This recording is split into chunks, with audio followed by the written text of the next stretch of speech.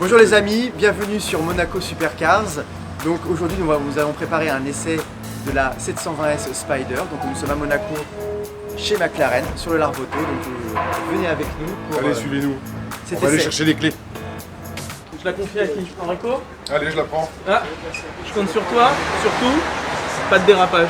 Tu peux compter sur Ah moi. bah. J'en suis sûr. Et c'est parti.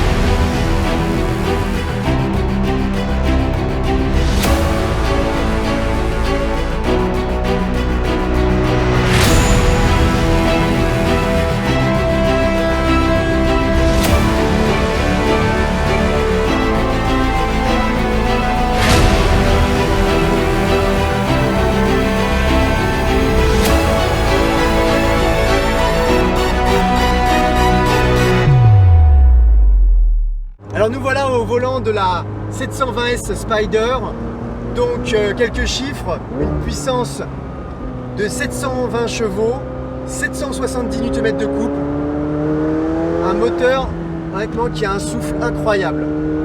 Et ce qui est assez troublant aussi, c'est que sur les premiers rapports, sur la première, la seconde, la troisième, quand vous accélérez à fond, vous avez vraiment l'impression qu'il y a autant de puissance. Donc en fait en seconde ça accélère aussi fort qu'en première, et c'est dû à un bridage du couple, parce que sinon la voiture arrête trop de couple sur les premiers rapports. La boîte est formidable, elle passe ses rapports en un clin d'œil, c'est vraiment une voiture très moderne. Ah, j'aime bien les petites pétarades qu'on entend au rétrogradage grâce à l'échappement sport.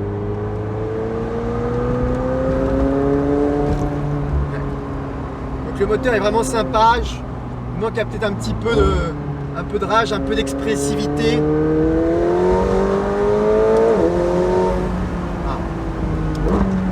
Et les freins sont forts. On est sur des freins céramiques, donc on a du 3,90 à l'avant et 3,80 à l'arrière. Alors le châssis, donc on est sur un châssis monocoque carbone de 80 kg. On a vraiment un châssis qui est vraiment d'une rigidité incroyable. Il est communicatif. Aucun roulis. Il donne aucun roulis grâce à une suspension hydraulique qui se passe de barre anti-roulis. La pression hydraulique est renvoyée sur la suspension pour maintenir le roulis à plat. Alors ce qui est troublant avec cette voiture, c'est qu'au bout de 5 minutes, vous avez l'impression de l'avoir conduite toute votre vie. Elle est d'une facilité à prendre en main déconcertante. Mais on n'a pas l'impression de vitesse dans cette voiture, c'est incroyable. C'est efficace, c'est précis. On a de l'information. La direction est très communicative, très incisive. Waouh, j'adore.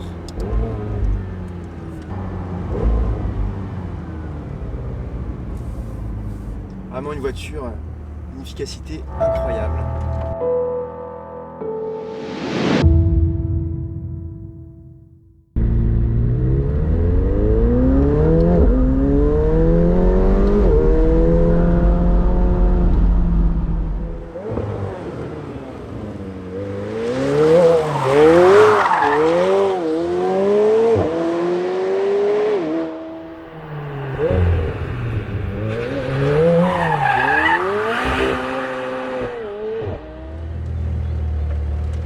Alors on a un gros problème, c'est pas vraiment un problème, disons que la voiture elle n'est pas faite pour, mais on sent qu'il y a quand même on sent que le couple il est bridé sur le premier rapport, donc c'est assez désagréable pour la mettre en glisse, parce qu'on a besoin de couple, il faut monter dans les tours pour vraiment la jeter la voiture, donc c'est un petit peu compliqué.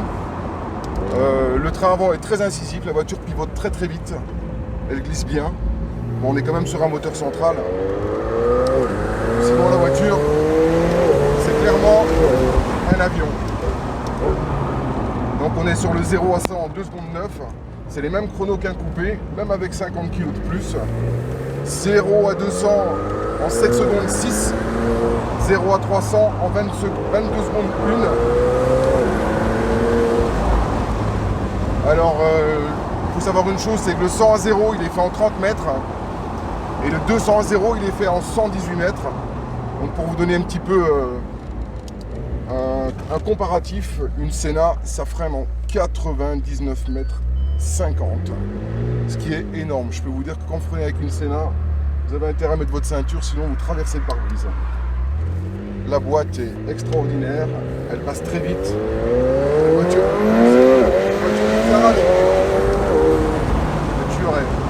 c'est un muscle. Très vivante.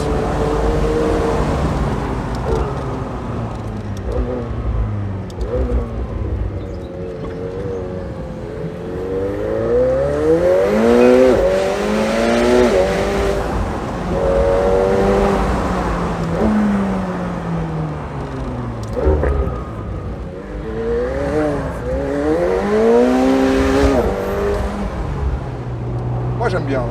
Bon, c'est assez neutre comme voiture, ça vire à plat, comme l'a dit Max tout à l'heure. La voiture est très légère, on le sent au volant.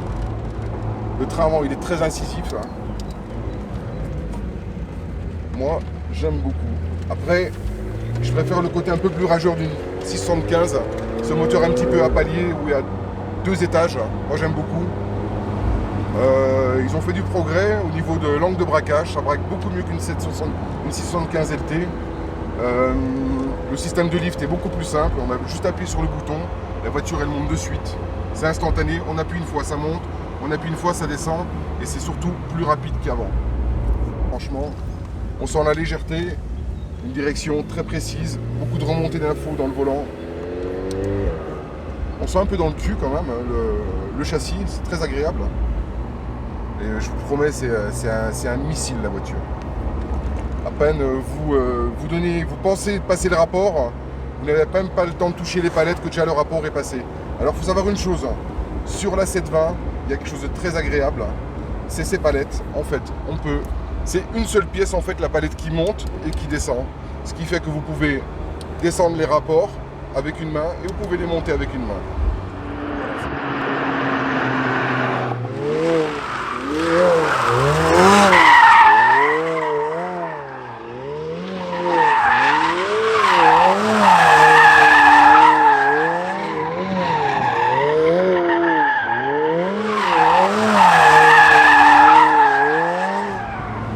Bah écoute, cette glisse c'était assez intéressant.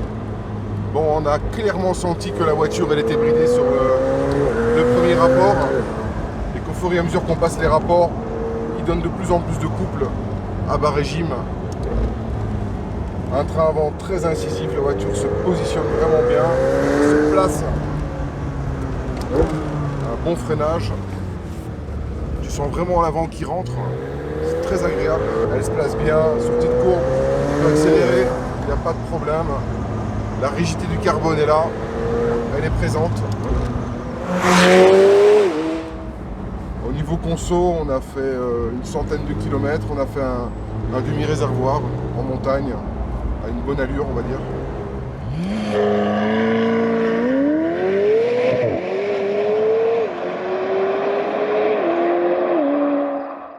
Alors, nous voilà arrivés au terme de l'essai de cette 720S Spider. Toi, Toretto, qu'est-ce que tu en as pensé au final? Ce que j'ai aimé, c'est ce côté très léger de la voiture. Cette voiture, c'est une vraie lame, c'est très agréable. On dirait qu'on roule avec une moto sur la route. C'est vraiment impressionnant, les accélérations. Ce que je regrette, c'est toujours chez McLaren, c'est les boutons, les commodos. Chaque fois qu'on la reprend, il faut reprendre le mode d'emploi pour rentrer dans les menus et un petit peu retrouver ses repères au niveau du tableau de bord. Mais sinon, à part ça, j'ai pris beaucoup de plaisir et surtout le côté cabriolet. Moi, j'ai fait beaucoup de motos et c'est vrai que je retrouve un petit peu ces sensations. Alors moi, ce que j'ai beaucoup aimé, c'est évidemment le châssis, qui est un châssis formidable, une efficacité redoutable, beaucoup de remontées d'informations dans la direction. On sent vraiment l'apport de la coque carbone sur un châssis. Après, c'est un moteur qui pousse tout le temps, qui a beaucoup de souffle, qui est phénoménal dans sa poussée, dans son couple. Par contre, je regrette un petit peu ce côté linéaire, un petit peu lisse, qui parfois, moi, me donne l'impression que ça manque de caractère par rapport à une 675 LT, pour la comparer. Mais en tout cas, clairement, le côté Spider va pouvoir permettre de redonner un petit peu de fun qui était perdu par le côté très lisse de la voiture. Parce qu'effectivement, c'est une voiture qui est très efficace, mais tellement efficace qu'elle gomme beaucoup de sensations, et notamment la sensation de vitesse. On arrive à des vitesses incroyables sans s'en rendre compte. Croyez-moi, il faut vraiment regarder sur le compteur pour avoir une réelle idée, parce que tous vos repères sont faussés en termes d'accélération, en termes de vitesse. C'est une voiture diablement efficace, vraiment un missile sol-sol. Et là, je peux vous dire qu'elle place la barre très très haute en termes d'efficacité, en termes de feeling, de remontée d'informations. Comme je vous le disais, c'est une voiture, au bout de quelques minutes, on a l'impression vraiment qu'on se l'est complètement appropriée, que ça fait 1 an qu'on la conduit. Ben, merci Max. Merci à toi Toretto. En tout cas, n'hésitez pas à nous dire en commentaire ce que vous avez aimé, ce que vous avez regretté. Et puis abonnez-vous, mettez un pouce bleu, parce qu'il y aura d'autres vidéos, d'autres essais de supercars. Ce sera un peu notre thème, notre credo à nous. Merci. Au revoir.